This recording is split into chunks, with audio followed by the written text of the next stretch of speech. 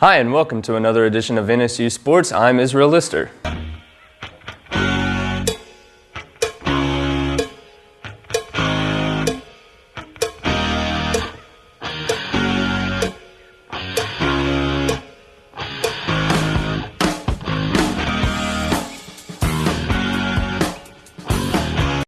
The men's and women's basketball teams were more than halfway through their schedules by the end of January. At that point, the women were having a much better year.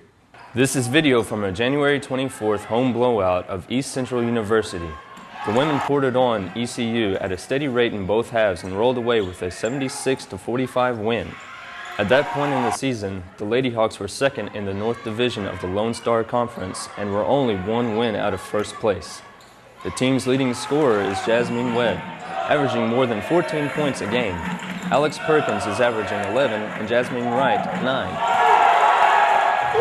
The men's team had a tough start to the season but has rallied from early losses and is now approaching a 500 season record. This too is a video from the late January home game with East Central. The men lost this game 65-57.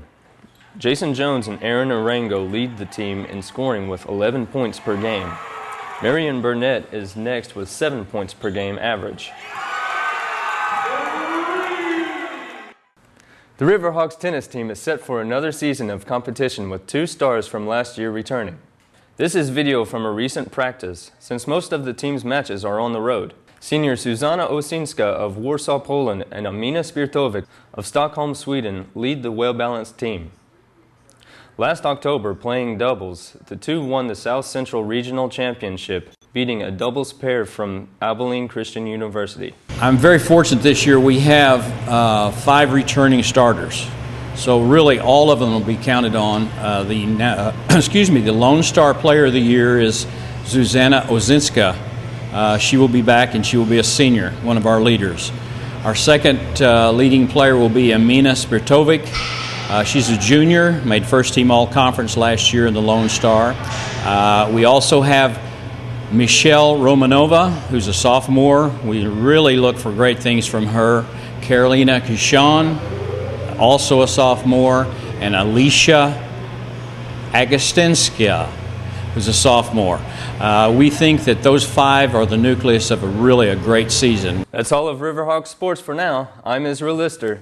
See you next time.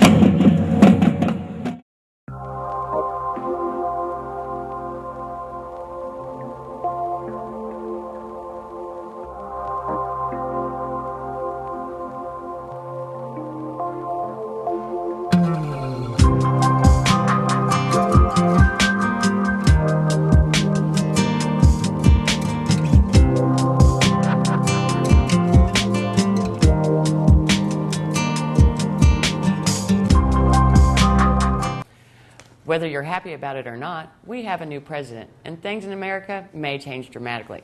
They certainly did with the old president, and in his commentary, Dustin McGowan tells us he's not sorry to see W go. This month's commentary is titled The End of the Age. In the good book and the popular video game Fallout 3, the passage Revolution 21:6 says, "I am the Alpha and the Omega." Well, thank the good Lord that John the Divine isn't talking about George W. Bush. As unexcited as I am about the new administration at 1600 Pennsylvania Avenue, I couldn't be happier to see the old one go. Old W and his cronies have done more to damage our country since 2004 than times that Lindsay Lohan has gone to rehab. From spiking oil prices to wars that didn't work until the soldiers actually started running them, the Bush, White House will not be remembered happily by this semi-noble commentarian. Notice that I say since 2004. The first term of Bush 43 was actually pretty good. Bush was a victim of the tech bubble burst, and then the war on terror got him next. It actually wasn't half bad. But in the last 4 years, Bush did one thing that will leave a sour taste in my mouth and a sad footprint on our nation's history. The nationalization of our banks in lieu of a more capitalist solution will always leave me pissed off. Maybe Obama can fix it, but I'm not so hopeful. So Bush, bye, and thanks for leaving us all in hell at the end of the age. For comments, email me at dustinmcgowan@gmail.com. I'm Dustin McGowan, and you've just been informed. January was National Stalking Awareness Month. It can be a dangerous problem anywhere, and sadly, it happens too often on college campuses. Mallory Jones reports on what to watch out for. You leave your room in the residence halls just to go get a late night snack. Little do you know, someone is watching you. You get to your car, and when you do, you realize that you are a victim of stalking. NSU Violence Prevention Coordinator Heather Adney recently hosted a conference on stalking and has some tips on how to stay safe. Half of the actual stalking crimes aren't even reported. It's an issue of just understanding what stalking is to that point and knowing, okay, this is what it is, I recognize it, and now I need to get some assistance. Because a lot of times people just think that it's something that'll go away. However, a majority of the time, it turns into a serious situation. Maybe dating violence issues arise, sexual assault issues arise from stalking incidents. Stalking can even happen in cyberspace. Facebook, MySpace, even your own email have become places where you can be watched. There's the actual, traditional role that we tend to think of when we think of stalking, as in hiding in the bushes, watching people. And nowadays, with technology, it has gone to cyber stalking. The literature is talking about nowadays, as far as protecting yourself with your passwords, making sure that you have a few different passwords and not the same one for some of your bank accounts and different things like that. Take precautions. First and foremost, don't give your social security number out. I think that's a major no-no.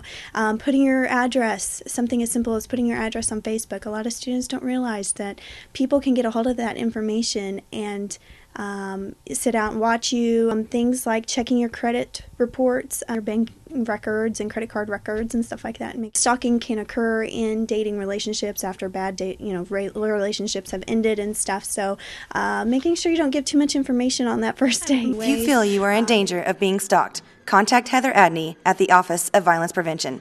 This is Mallory Jones, NSU News. That's it for this edition of NSU News. We'll see you next time with a whole lot more on the university's Centennial Celebration.